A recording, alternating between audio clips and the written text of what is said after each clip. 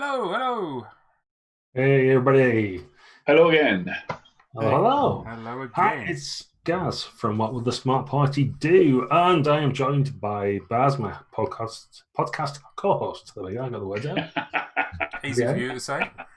yeah, that's it. This bodes Very well easy for for the you to say. next It's a good job you don't make your living out of audio. Yeah, we normally edit this stuff. Never mind. This is a glance behind the screen for the magic that happens to make us sound better. So we've also got Matt from Steamforge Games. Hello, Matt. Hello.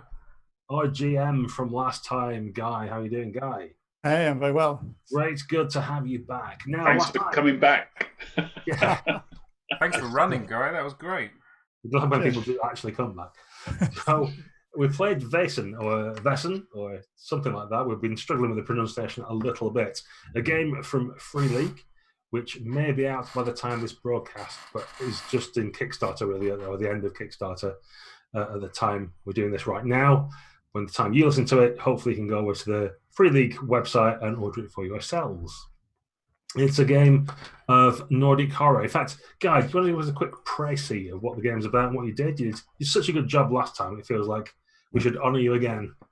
Okay, I won't repeat it verbatim because everyone will have watched that session before, obviously. But it's Nordic folk horror, really. 19th century Scandinavia. There are trolls and giants and werewolves and so on that have been in the country for ages and ages. But now with industrialization, people are forgetting the old ways. And so some of the Vaesen, some of these monsters are causing trouble. And it's got a kind of mission-based structure, so the players are members of the society that's set off from Uppsala, and each investigation is a mission where they get wind of a Vaesen, potential Vaesen action, go out, investigate a bit, deal with it, and then one way or another return to Uppsala successfully or not. It didn't come out in our one shot, but it's got like a lot of the Free League games, it's got a little base building bit in between. So after each investigation, you actually build up the society and get extra stuff in that. But obviously in a one shot, that didn't really come out. Okay. Yeah, that's the sort of thing it feels like we need based on the adventure we had. So, yes, heartily recommend everybody goes back and watches the episode, or at least part of it, to get an idea if you haven't already. But the idea of this segment is that we're going to talk through what happened, what we thought of the game. Is it possible to improve the scenario maybe, or what might we do differently if we did it again? So first of all, I guess I'll point it to you guys because you've actually read the scenario rather than we just came on it blind, so to speak. How did it feel for you in terms of structure, what you got given as materials for the GM? Was there enough there? Is there more you'd like to see, or how did it feel generally? In terms of prepping, there was definitely enough there. I think I would even say there was possibly too much there. I felt when I was prepping, there were quite a lot of little threads and NPCs there are NPCs in the actual adventure, but there's also NPCs that are in the past that you have to kind of keep hold of and so on. It took a couple of read throughs to actually get right what's going on, who's the ghost, who's the revenant, like what happened to him, and where is that? I think it's designed to be like a campaign starter thing, so you end up with lots of hooks that can kind of draw you back in, and it hooks you into maybe a meta plot that works through, because that's certainly what some of the other Free League games do. So is that like who's Albert, who are the other two people, all that kind of stuff? Yeah, and certainly I think the obvious problem with that is, well, not problem, but your contact Olaus, who invites you there, he invites you there, and then he arrives at the inn with you, and then that's kind of it for him. There's a bit of a note about he has got a little bit of an interesting backstory, but there's no. I think he's set up to be a recurring NPC really, rather than somebody who acts in this adventure, which is high risk because obviously he's controlled by the Revenant at the end. You could end up killing him, like so he may be not a recurring NPC at all, just like one of the first like casualties of your investigations. Yeah, I think in terms of us getting involved in the scenario, I think that's just how the game works. Is every week you get a letter or someone comes to see you or whatever else. So I think that kind of setup's fine. Possibly just for a one shot, the way it worked out, having a guy send you a message to come and meet him, and then he doesn't tell you anything when you get there feels a little bit weaker. Yeah. So maybe I think if we're doing it again, you'd just find a different way around that, right? You'd make him some guy at the pub or whatever it happened to be, maybe the local priest or something, perhaps. So how did you two other guys find sort of getting into the character and stuff as well? One of the things I like about the free league games is it gives you a line to connect to another PC. So you kind of fill them out and it gives you some kind of background as you start. Did you kind of dig that element or any other thoughts you had about the start? I mean, I've always been a fan of that. I think Dungeon World does it best for me, but that just feels like a similar system, if not an identical system. So it's kind of cool. It's a really fast bootstrap to kind of give you a little bit of a role-playing riff with the other two characters in the game, which was great. I found the kicker was a slow burn, and I can't quite make my mind up whether I like that or not. There was a point during the slow burn where I was kind of thinking, I actually made a note sort of said, "Oh, needs a stronger kicker?" ? And then it started to kick off, and then I kind of thought, well, I wonder if it needed to be slightly slow burny in order to create that contrast and give it a little bit of substance. Yeah, when it all kicked off. But so there's a risk there that you could lose your audience if you're not careful, I think. So I think if I was running that, I would be quite observant as to what the strength of the kicker is and the pace, and because it all feels a little bit odd that there's this random invite from this girl who has access to a printing press and sends flyers out all over the place, and then there's this kind of occult investigator who actually gets one and sends it to us with a mysterious note. Then it turns out he meets us at the door smoking a fag, goes, "Oh yeah, no, I sent you that thing just because I think it might be useful for you." And you're like, why didn't you just put that in the letter, you donut? That would have made life a lot more easily. You know, we could have met you in town and travelled down together and done a load of investigation with you on the way there. So that's probably how I would sort of maybe shortcut a little bit of that and create some of the investigation a bit more kind of role-playing character with Olas. With Olas. Actually, I don't think it would have hurt the game at all if he had been in the coach with us, telling us about this strange thing that he wants our advice on, and I think that would. Yeah, you could do that. Yeah, I think there's two ways. Sorry. I was just to say, I think probably something to you. It's one or the other, isn't it? You either cut him out for a one shot because he's not anything, or you give him a bigger role because otherwise, why is he there? Yeah, he's the brief and he's also the exposition as well. You know, the background guy. Yeah. And he could almost have his big metaphorical book of knowledge, and he sits in the corner, and every time you kind of get stumped, you can go up to him and go, "Yo, Olas, what do you know about, like, the Black Cat ghost?" "Oh, very little at all, actually. It's a rumor. It's completely inconsequential. Don't go there," kind of, or whatever, you know, whatever the significance of it is. I tend to shy away from an NPC that you go to for a clothes dispenser or to tell you what to do. That feels contrived. It's a good safety net in a one-shot, though, especially an investigative one-shot, because you could very easily end up everyone going, "Well, I don't know." So you will need a mechanism to kind of poke the game along. Yeah, I think if I was to run it again, my instinct would be to cut him because he doesn't actually. I don't think he adds a lot to it as a one-shot, and I'm always wary in games like this when you're running a one-shot of how many NPCs you've got for you and the players to hold in your head. And actually, the three people that are in the pub, they all kind of have pretty much the same information.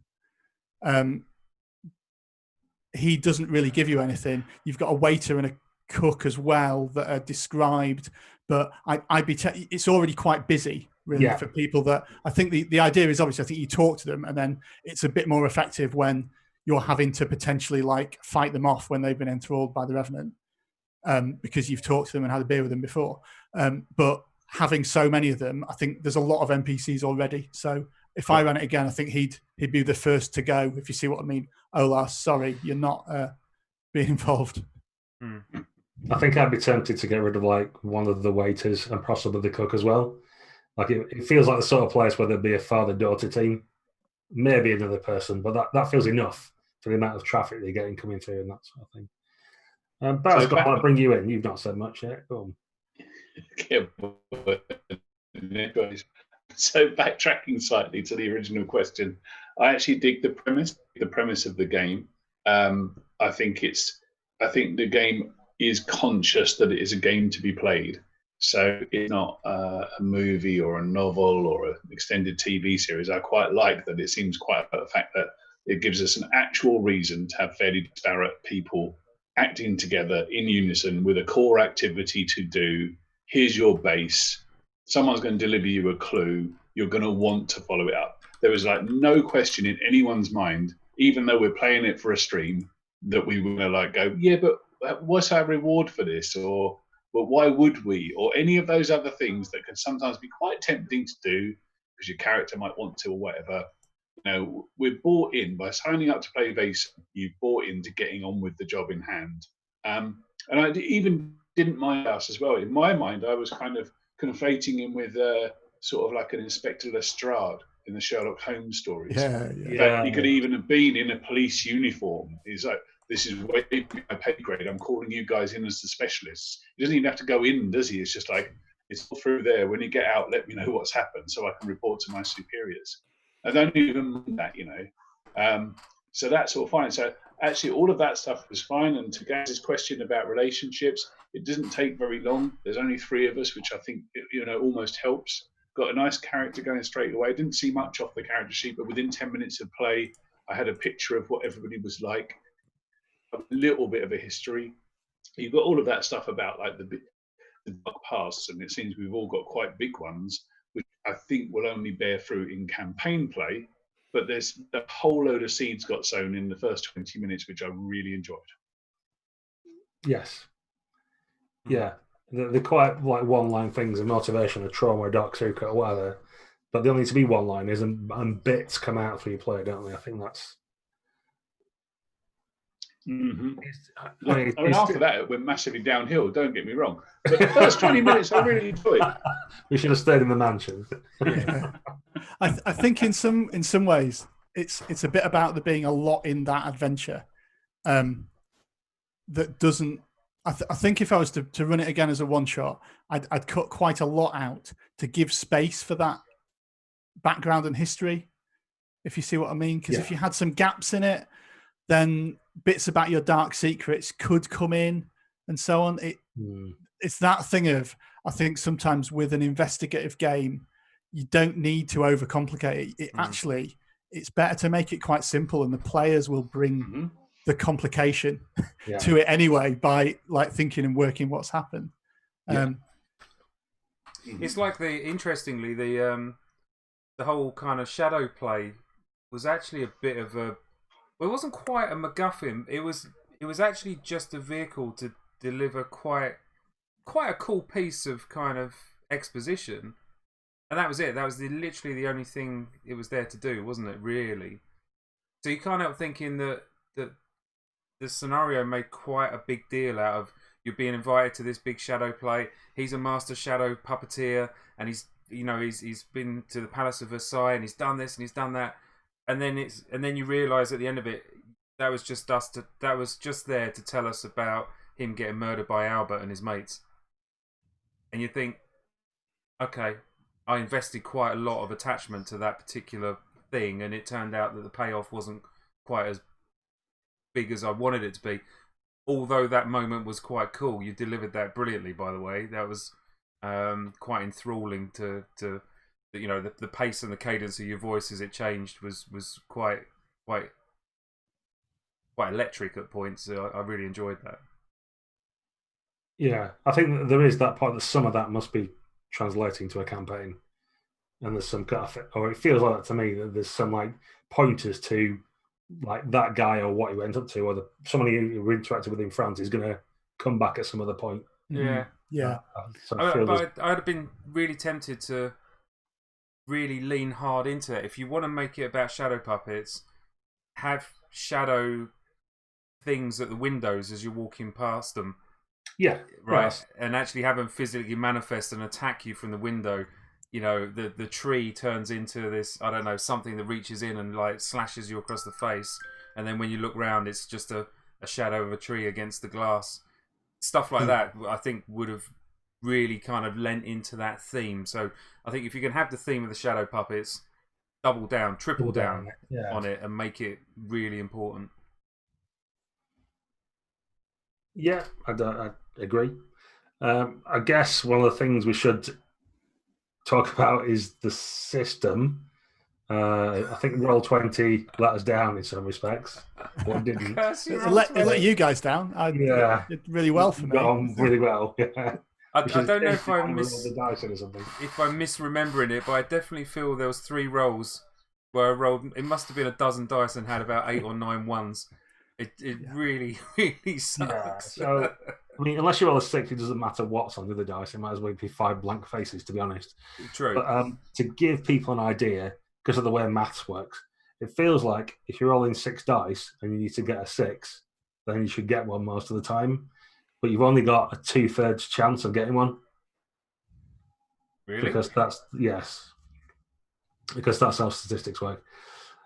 Because some of the chances of getting a 6 would be rolling all 6s, for example. I can tell you the mathematical way of doing it is you get the chance of not rolling a 6 on any dice and then take that away from 1. So it's 5, 6 multiplied together 6 times, taken away from 1 gives you 67%. So you've got like a 2/3 chance of getting a 6. It feels like you should always get one, but you don't. All right, so here's a question then. Do you think when they sat down to design this core system, they knew the true probability or the fake probability? Because I can't help thinking that they believed in the fake probability, not the actual probability. They put a chart in the book which tells you what your chances of success are. Right. So for people who don't know what if you're rolling a bunch of dice and don't know whether that's good or not, you get a little chart, and then it's also got a column for your probability if you push the roll as well. Yeah. So if you push 6 dice, you've got like an 89% chance success of getting a success. Right, but don't forget, if you're pushing, you're also taking a massively debilitating effect to do that. You do take conditions. So, yeah, that's the other thing I wanted to mention is perhaps, I think because we played it as a one-shot and we wanted it to be pacey to fit in the 2 hours, and you did it well, guy, who was kept pushing the pace at times. If it felt like he's even close to getting a bit flabby, something would happen to move things on. I think possibly how the game is intended to play is you have more of those moments where there's a bit of breathing space. After the characters have investigated something, then there's they're having dinner that evening or something, and you get a chance to recover some of your conditions, maybe. I don't know how you feel about that, guy. Right. Yeah, I think, to be full disclosure, at the start of the adventure, it says this adventure will take 2 or 3 sessions. And says if you want to take less, you should cut out the bit before you set off and arrive at the inn. So I think some of it is probably GMing style. That is just how I tend to run things. And there's a way to remove conditions by sharing a scene or by going to a place of safety and chilling out and stuff. But I think it's a balance in a one shot, isn't it? About whether you allow that and have moments where you feel like you're not in peril, or whether you do it. And I think for this particular adventure, because it's a closed room, you're at an inn, it's all in the inn. It felt like the right thing to always have stuff doing. Always right. There's something always around the corner. That when it goes quiet, the escalation does. The scenario design and how it's written is really clever actually, because they have a little. They have various nodes where you can go. So the Shadow Theatre, Nora's room, the original kind of investigation, and then the final kind of the root cellar. And then there's a little timeline of 3 steps that happen. So everyone falls asleep is the first one. The next one is, Sammy running in and trying to be enthralled and trying to hang himself. And then the third one is the big kind of summoning everyone to wake up and fight you.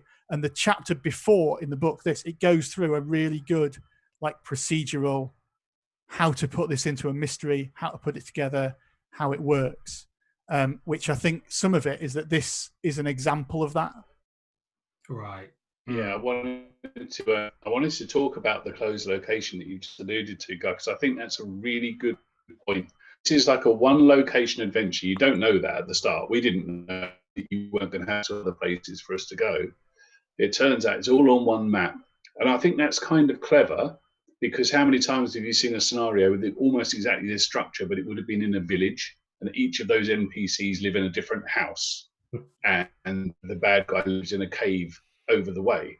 And by making it into a more expanded location, players will take breaks, they will back to things, they will go the next day to the next place, would stretch all of the time, which clearly makes it a bit of an adventure from a health perspective. But by putting it into all of the halls and largely a 1 or 2 room act, there's almost nowhere to go. I like that forces you to just complete the thing. It's almost like a locked room mystery. We're not going to get out. In fact, I think Olaus should be like on the door, not letting us out until it's solved. You know, the whole thing is done in like out, isn't it? And but because of that tightness, it's deadly. I think some of it is also in scenario choice, and I try to be like by the book, play the scenario as it's written, and again, it's written as an introductory scenario. So I think if I was to run it again, one of the things I would do is have less skill rolls and have you just find out things, because there's moments where you might risk a push to find something out that's really important, that you get loads of really good information, but then when you've then got to make a fear test in like half an hour's time, you're at 1 less dice. And if you don't get a success on that, you're again going to lose another dice for the rest that, you know, it all escalates. And I know in other Free League games on this system that I've run, what's worked is not having as many skill tests. Yeah, I agree. Yeah. And in fact, they will mention in the book, won't they? And we've all done it, and we all try. I think we probably all try fewer dice rolls in our games, but I can't resist it. If the player says they want to do something, I'm looking for a way to give them a dice roll and see if it happens. Shouldn't do it, but it's hard not to. Yeah, I think it's something that players can get used to as well about pushing, isn't it? Like as soon as you know that you can roll again, it's something as a player that you're looking for, thinking, well, should I? You kind of want to, especially if you get a bad roll and you've rolled like Matt did and you've got like 7 1s or something. You're like, well, I'm just like unhappy as a player with that result. I don't want to see that. I want to push it. Big price though, isn't it? A condition's a big price to pay for a reroll. Huge price. I mean, maybe I'm just a little bit of a Dungeon World fanboy. I don't know whether this system would massively benefit from a fail forward mechanic. And I don't know if it's in there or not, but when you whiff and you roll 7 dice and don't get a single success, having you fail forward, but not at the cost of a condition, that's horrific. Because it's not the fact that it takes away. You basically got 6 hit points before you're out, right? But every hit point you take is another -1 on a system that's already brutally like hard on the probability curve. It's just devastating. So you never want to push, because that is just the dumbest thing to do. So yeah, that's my sort of the point I was trying to make, was that as long as the players know that, like, just don't push unless you really need to. I think that's probably something you should say to, if you're going to run this sort of system for people. Because otherwise, the natural, as soon as you tell people there's rerolls, they're going to be looking for them. So what I kind of want to do is the other way around, to sort of say, there is the chance to reroll, but it's like super, you know, there's a death spiral here, and you're going to be crippling yourself if you're not careful. So really think about it, kind of. I mean, that rule that you brought in there, Guy, that I don't think you missed it first time around, and we're good enough to say you'd missed it. If we'd have had 5 PCs, we'd have all been way better off on fear tests. Yeah. I mean, that seems like an odd design decision to almost penalise you if you haven't got any mates. I can sort of see. I can see it's there in my head. There's a lot of stuff with the Free League games that on the page look great, and whether they work in practice, people can decide for themselves. But I think it's there for if you stick together and try and solve the problem, because there's some require a big team of you working together to sort it out. You get a good bonus. Yeah. And if you're one of those players who always wants to go off and be a Wolverine on your own, then you're going to struggle.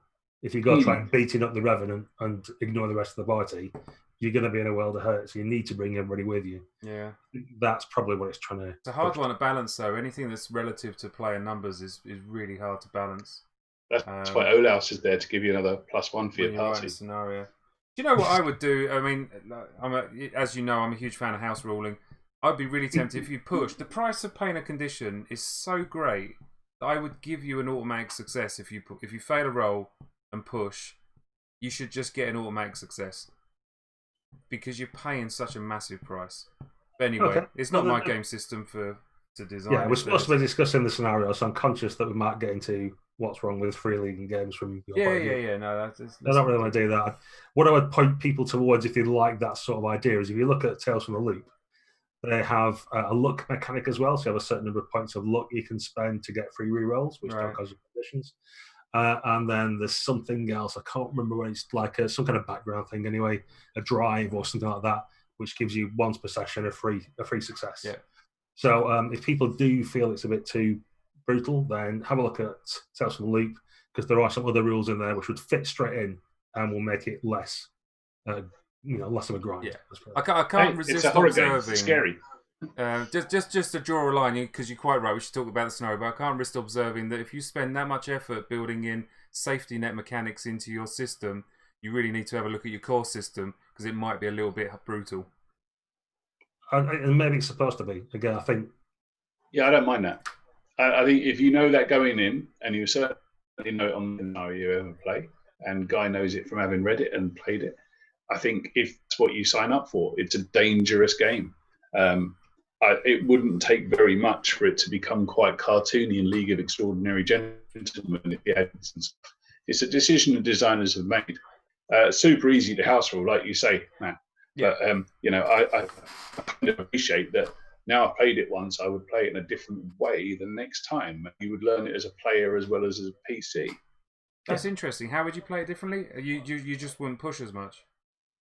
I think I would be, and this may lead to a slightly more negative play experience. I would be more cautious, right? And I would only try and roll the dice when I absolutely had to, and I would maybe try and bolster. I mean, we were bolstering our courage with morphine and wine quite a lot of the time, but maybe bolster our numbers.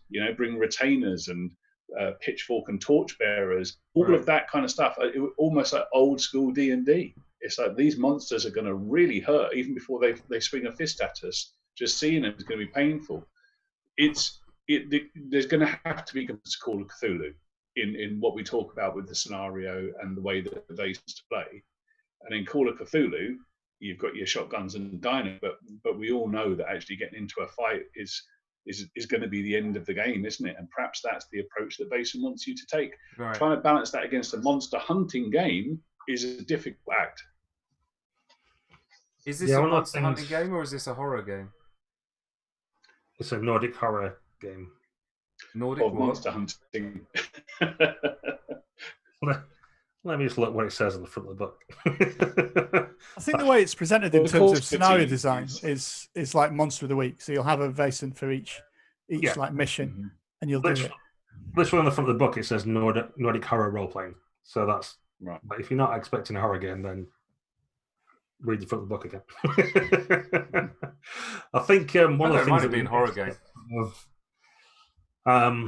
I hinted at with equipment. That's another sort of like subsystem bit that we didn't perhaps do thoroughly, and that's that each character gets to buy some equipment or use their resources to gain equipment before going on the journey. And that can be a thing like a guard dog or like a bunch of other stuff. But basically, equipment gives you bonuses on rolls. So there's a bunch of extra dice there that are kind of sitting around that you can use. And then I think part of the problem we're sort of suggesting with this particular scenario as an intro one is that it's good that it's in one location and it's pressure cooker, but from the system point of view, that works against it, that you haven't got shops to go to or other places to rest, which is what you'd normally do. So resting can get you conditions back when you have your private moments. And equally, you can spend capital if you're a richer character to get more equipment, which will give you more dice to make your dice pools bigger to give you more chance of success. Right. Yeah, I think just on that note and circling this back onto the scenario directly then is it'd be useful, I think, if this is an introductory scenario, to to create specifically a place where you can recover some of the conditions from some of the earlier pushes that you're no doubt going to do, and literally use that as a way of showing the players this is how to recover conditions. You're all sitting there, you have a hearty bowl of stew, you each recover 2 conditions of your choice as you sit there quite contentedly, and then suddenly the door opens and the wind blows in. Something like that would... Yeah, it covers it in the scenario. It says that if it actually explicitly says if people want to recover conditions, they need to go to a place of safety, and it says the place that'll have to be is the stables or the conservatory, which is an interesting choice because those are it's like the 2 locations that aren't otherwise mentioned in the scenario. Literally... So I think it's that thing. I think you see it a lot. And I think it's probably a laudable thing as well that for your introductory scenario, you showcase something that's actually slightly different. I mean, the classic one is Trail of Cthulhu, isn't it? Which has a fantastic introductory scenario by Ken Hite that even by his own admission is like a mad, crazy. It's not the first Cthulhu scenario you want to run at all. It's really surrealist. There's stuff going on. A man with one arm appears and walks down the street at one point. And it reminded me of this. Actually, because there's a lot going on, and there's really clear guidance about like 3-step, 2 or 3 locations that you go to that leads to a confrontation where there's clear things that you can do, and to demonstrate it, they've put like a lot of stuff in, but actually, in terms of running it and playing it for the first time, cutting some of that stuff out, and maybe slowing the pace a little bit. Would work. The pace, some of it was me being like, right, okay, something else is going to happen.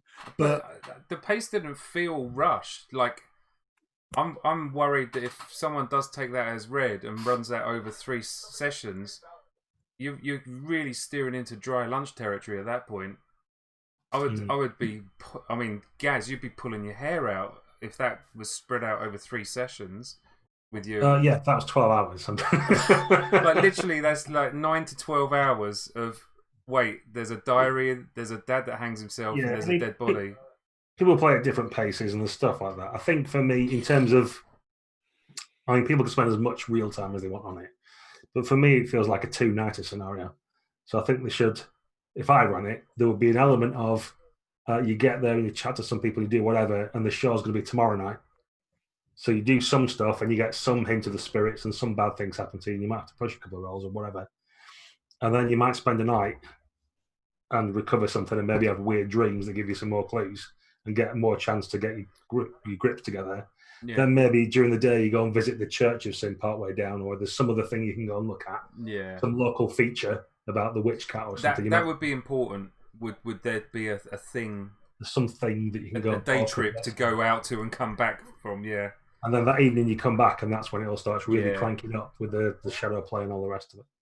Yeah, and I think look, the way you describe that as a 2-nighter, if you're playing online like we did, and you generally only get 2.5 hours, then I would agree. But if you're getting a solid, normal get round everyone's house, like you're closer to your 4-hour session, I would expect to play that in a night. To be honest with you, if that went over 2. Yes.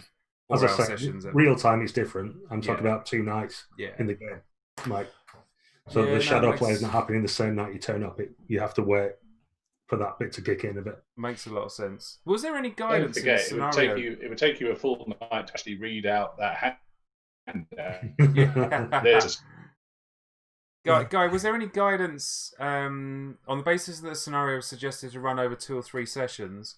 Was there any guidance at good break points to give good cliffhangers, to give good suspenseful moments, or not? Not really. So, I mean, I should say the structure of it is the way it's presented is a good way to present something like this kind of game, because it's got really clear. It's not a location keyed thing. It's right Shadow Theatre performance, Nora's room, the mother's room, the root cellar, and then there's like a timeline of 3 things, the 3 things that the Revenant does as it goes through. Right. But there's not really that reading through. I got the impression it's meant to kind of just happen, if you see what I mean. I mean, the key to the first big event as well is like everyone falls asleep. So I'd probably want, if I did it over 2 nights, I think your suggestion, Gaz, is really good to do it like that. You might want the first event to be something not as like big and flashy as every NPC falls asleep forever. Like down the stew. Yeah, because then the next day when you wake up, you might not go to the church. You might think we need to stay here and sort this out. Yeah, you could do something weird, like have them go to bed early. You know, like it's just gone 8 o'clock in the evening, and they're all going off to bed, yawning their heads off. Could be kind of that's a bit weird. I like the sleep thing. I thought that was a really good inciting moment. I think it was harsh to make the PCs roll for it as well, like roll to avoid scenario. I think I wouldn't want to do it over any longer period of time. I didn't particularly like the scenario in the latter half, to be honest. It's just not my style. That's a personal preference thing. Those kind of investigations that lead to something evil that needs to be punched.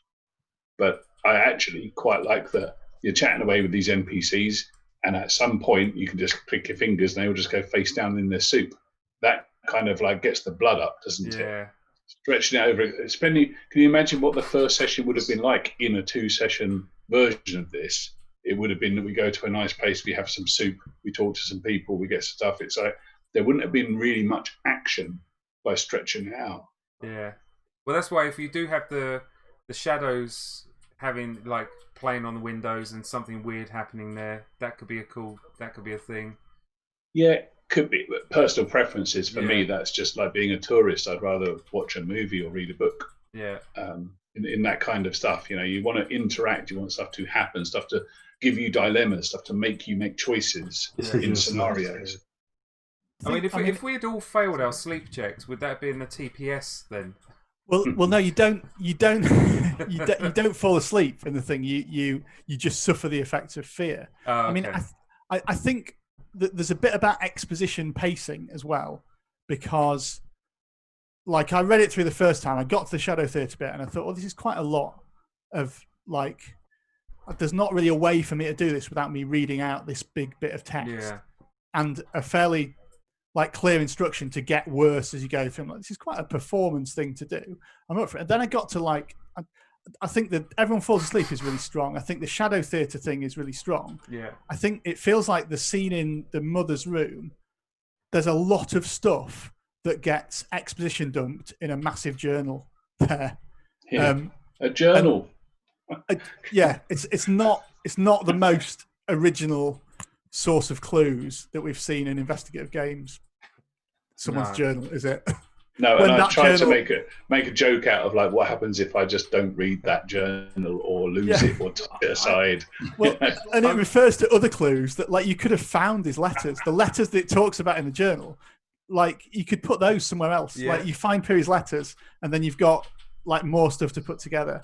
Maybe they talk about, I would have sworn blind that the minute we got in the room, you said there's loads of paintings there, that there would have been clues in the paintings, and it was her painting these things that made her husband angry because he realised that she was revealing the family's dark secret, and then turned out there was a journal that had everything in it. So, yeah, and I was like, right, I read there's some paintings in it, and I thought I better say what they're of because like. Because it isn't important, but you don't just say some paintings, do you? Like no. You notice what they're of when you go in. I think it, like you say, maybe focusing in on the Shadow Theatre thing and making that the big reveal and having other shadow things in it would be good. And not to take away from the way that it's structured as an example case is good. I think they just throws quite a lot in it that makes it tricky to play through, and possibly it was hard to prep for me. I don't normally run investigative games, but it was hard work prepping. I wonder if would it have worked if the Shadow Puppet event, when the show actually went on and suddenly there was this big kind of story reveal, if you like, that could have been a really good aha moment if we'd got a load of the other clues. Then the Revenant turns up. At that point, like from a game design point of view, the Revenant's not near his bones. That's a chance for us to get down there while the Revenant's doing his shizzle up in the theatre. And now there's a clock on us. Can we distract the Revenant while someone's trying to find the bones to do something. Because if the Revenant comes back, then all bets are off. I wonder if that might be just moving those bits around might create a more natural kind of game. And I think some of that is being a bit, as I say, I was very conscious of running it by the book and following the kind of steps that it did. Oh, it's the worst feeling in the world.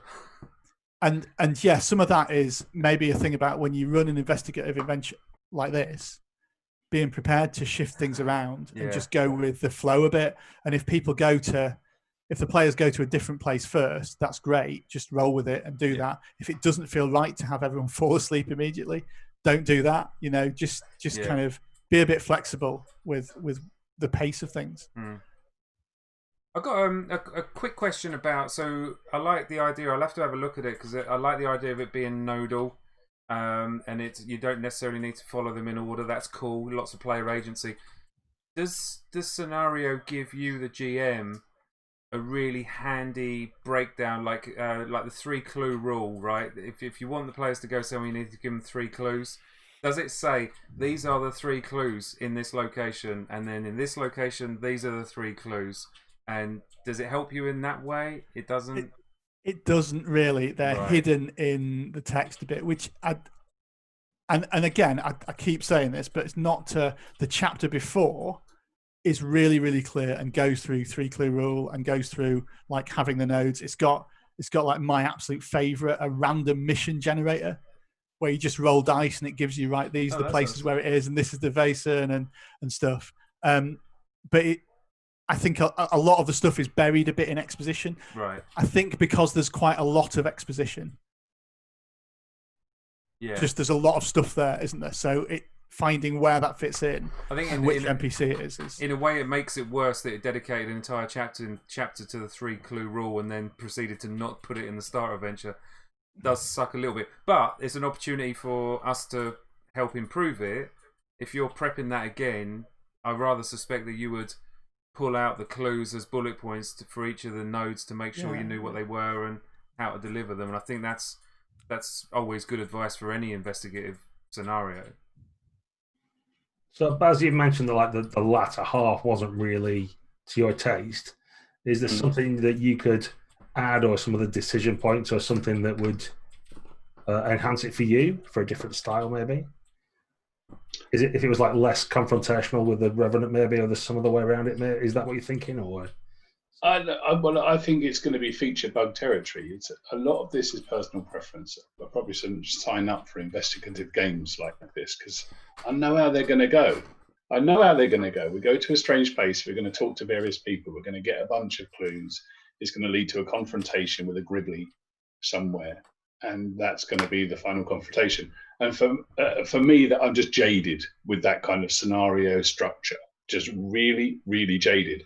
However, if you like that kind of structure, if you like that genre, you want that to be happening, don't you? That's why you read the horror books you do, or go and see the French movies you do, or whatever it is. And you'd probably feel shortchanged if there weren't NPCs to talk to, and and a weird doctor in town, and a slightly mad person locked up in the cellar.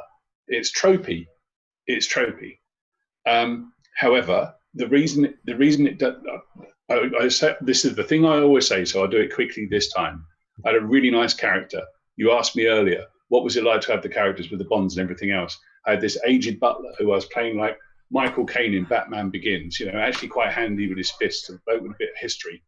Start dishing out clues of any length at all, and I'm not that character anymore. I'm me trying to put the jigsaw pieces together, and then the characterization flies out the window because you're not taking any actions based on what you feel your character can do. You might be looking at your numbers, that kind of thing, but to try and solve the game, you're using your brain, and it just boots me out of all the good stuff that Vaesen put me into in the first half. But that's true of all of these kind of games. Vaesen is no better or worse than for that, and that might just be a personal thing. You guys might have got deeper into being a doctor and a father. I don't know. But the role playing, pretending to be somebody else bit was great up until the minute people started falling asleep, and then it became, now the story happens and you're on that track. How do you fix that? I mean, that's probably a whole episode in itself, isn't it? For some people, you don't have to fix it, mate. For some people, that's not broken. So there's that, you know. Yeah. I think a little bit of variety in these kind of missions would be good. And this one's definitely got some really nice imagery. It's got some nice, got a couple of nice themes in it. Guy did a masterful job of presenting quite complex information in a cool little location. It's got a lot going on. It feels kind of like, you know, proper gothic ghost story, which is nice. There's a lot to be said for that. And if you enjoy that kind of journey, then I'm sure that there are people going, oh, I wish it was 3 or 4 sessions spread out so that I could enjoy languishing in the shadows. It's just, I honestly don't think it needs fixing, mate. But there is just, that always happens to me. It's such a classic structure. That's why I was surprised it wasn't in a village, because that's even more classic, where they all live in separate houses. Yeah. You know? Yeah. There's always a weird priest as well. You're right. That's what it is. Yeah. I was just annoyed that I thought I was the weird priest, and there's one there already. I know. It's almost if it works for Midsummer Murders, it works in RPGs, you know? But that would be my question, is for the people who like Vaesen, is bringing what looks like a fairly classic, cliched, almost tired horror genre to the role-playing world that is very, very amply served already. Now, I like the fact it's Scandinavian horror. Did this feel particularly Scandinavian? I don't know. A bit, maybe with the naming. I think I wasn't sure. I think there's a choice in what the Vaesen is, and I think it's an interesting choice that the first adventure is a revenant and not a troll. Yeah. Weird and wonderful. Yeah. Or a woodwife. Or like there's like a chapter of them that you're like, oh, these are brilliant. And I'm not like, Revenant is not the least interesting of them, but it is something that, you know, we've seen The Restless Dead. Recognise the name straight away, don't you? Yeah. I think that's fair. I don't know. I mean, I've not read into the adventures because we were going to do this scenario anyway, but what I'm hoping from it is that it's structured slightly differently, so there is things to do. Or I'm recently rewatching Supernatural, the TV series, which feels a bit Monster of the Week. One of the interesting devices they're using that for me, which I think come up with this, is they don't know what to do a lot of the time. So it sets up quite early that you get rid of a ghost by digging up the bones and salting them and burning them. And then there's reasons why in later episodes that hasn't worked this time. They've got to work out what it is. And that feels better. But that in that way, there's like a midpoint halfway through. You're only 20 minutes in, so you know it's not going to solve the problem. The characters don't. But there's something active they do. And then, there's a bit of action, something happens and something attacks them, whatever. And then they've got to do a further bit of research to find out what it is they need to do to solve it all. So, and that's personal preference, but I prefer that to this sort of game where there's a few beats. It's not just everything and then the monster at the end. It feels like you should have 2 or 3 things to hit before it's all concluded at the end. And if it is a woodwife or something that UK people certainly have never heard of even, you're like, well, I don't know how to solve this problem. You want to engage with the scenario then to work out what it is and what it wants and all that kind of stuff. But it is a preference thing, for sure. And the base building element the guy alluded to earlier, that sounds interesting to me. If that's, I know Mutant Year Zero is the game I know best out of the Free League stable, and that's almost like 2 games, kind of like cut and shutted together. You could actually just play the base building, and that could be your entire game, couldn't it? You could just do that. So it's literally one side of the coin tonight, and it's fine. It's fine.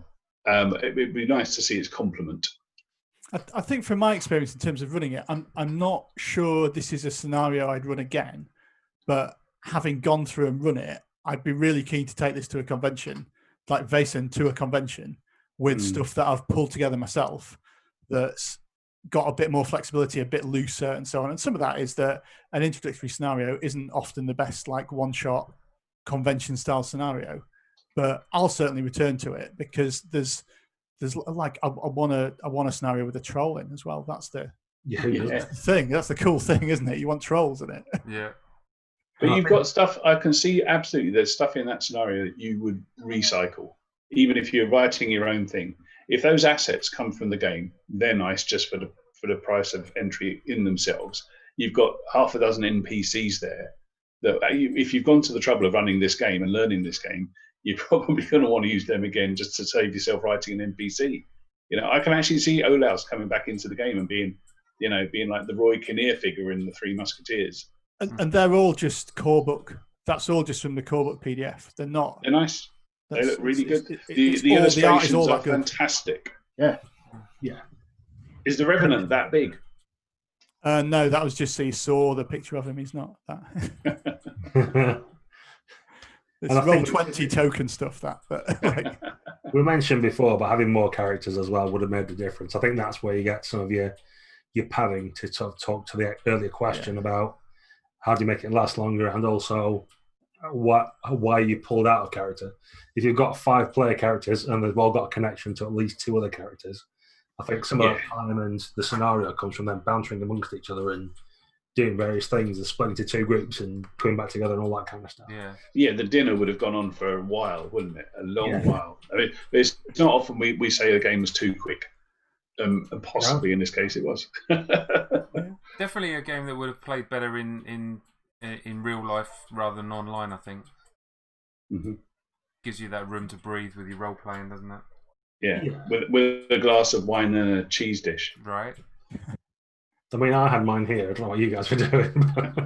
I put mine in the scenario and we still didn't get to eat it. Still didn't get to eat it. I was looking forward to those cold cuts. It feels like we're winding down on things. So I'll just quickly go through with some of the things we've mentioned, and then if anyone's any sort of like final points or anything they want to bring up, they can add to it.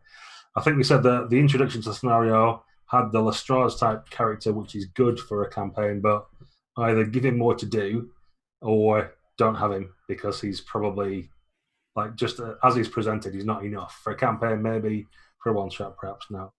And on that subject, we also suggested cutting down the NPCs.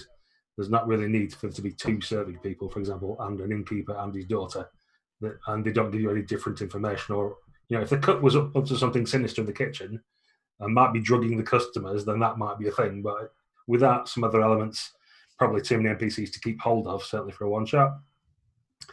We mentioned that playing up the shadow imagery and like doubling down on the theme of the scenario is probably good. I imagine that would go forward for Woodwives or what other creature you've got. If you can foreshadow what's going on, that probably all helps with the imagery and put you in the mindset. Foreshadowing. Literally foreshadowing. Spreading clues around as well. Don't just have like 15 pages in a journal in a room that you don't get to for it. It's like, there's opportunities to throw more clues about, so that's worth doing. Give people things to do. Flexibility on moving scenes we've mentioned as well, guys. As is mentioned, we try and play these online games as written as close as we can to get the genuine experience. If we were personally running a lot of these games, we're more flexible in our approach, and that's probably something you at home would like to do as well. From the previous chapter in the book, there's nodes and notes on generating scenarios and how it should play out. So read the previous chapter before you try actually running a scenario. That's useful. And then really it's just a flavour thing about whether you like investigative scenarios or not, and what you can do to change it up and shake it about for the sort of players you got and what you're into. You might want more time investigating about in an extra location and spread it over a couple of evenings or whatever, or you might want to condense it. That's up to you. So that's like my brief précis of all the notes we had. Has anyone else got any of the final thoughts they want to chuck in there? I've got one very good one just to build on something you said, which is go through, pull out into separate bullet points all the clues that you need for the entire scenario. Identify the nodes where they're likely to be discovered, but sometimes you don't always find that clue in that place.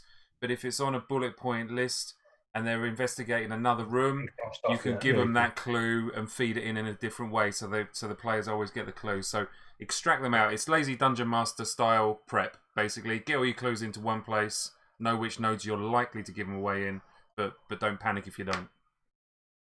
Lovely. Bazatola? Take care as the GM that you're not asking for too many dice rolls. I think I mentioned it's potentially a very deadly scenario. Every number of players is quite a big factor, it turns out. Yeah, true for fair rolls and everything. Okay, Guy, any last thoughts as GM? I think it's overall. I'll run Vaesen again. I think probably this scenario isn't quite the closed room nature of it is interesting, but not. like you say, it doesn't allow that kind of rest, and those rest points would solve a lot of the things we talked about, like it not being as deadly. I'm getting a bit more role playing in and having a bit of a kind of respite from it. But yeah, I mean, I'd just say that preparing it, the quality of the advice that's given in the book and the way it's structured, and the way even things like character generation, they've got a set of life path tables that are really flavorful as well, that can give you little kind of quirks and stuff into your characters, which are really great for pre-gens. It's a really nice looking book. It does do something.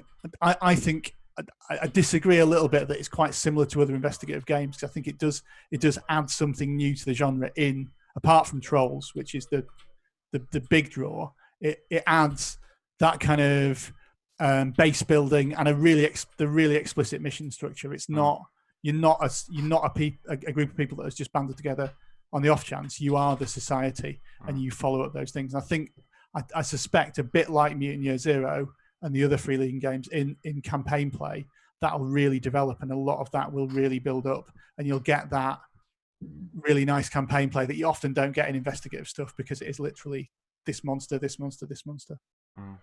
Yeah, very good. Yeah, I'm definitely intrigued. I've read up to a point and then had to stop, so I'm looking forward to carrying on reading it. And I'll probably give it a go at a convention somewhere as well and see what I can make of that. It is a horror game. I think that's the other point I forgot to mention, that we reiterated that because it's sort of a bit Sherlock Holmes, a bit League of Extraordinary Gentlemen, we did sort of approach it a little bit pulpy, and I think it's probably worth bearing in mind the game's more supposed to be horror Cthulhu end of things rather than Savage Worlds Fate, possibly. So due to the window dressing, it can lead you to wanting to punch things when perhaps you should take care when you roll those dice out there. But yes, otherwise, we had a great session. Thanks again for running, Guy. It was brilliant to play. Thanks you guys for playing, of course. And we look forward to seeing all you guys out there in listener land and watching land again in the future, when we'll play yet another game and talk about how to make it more awesome. Good night. That was what the Smart Party did. Yes.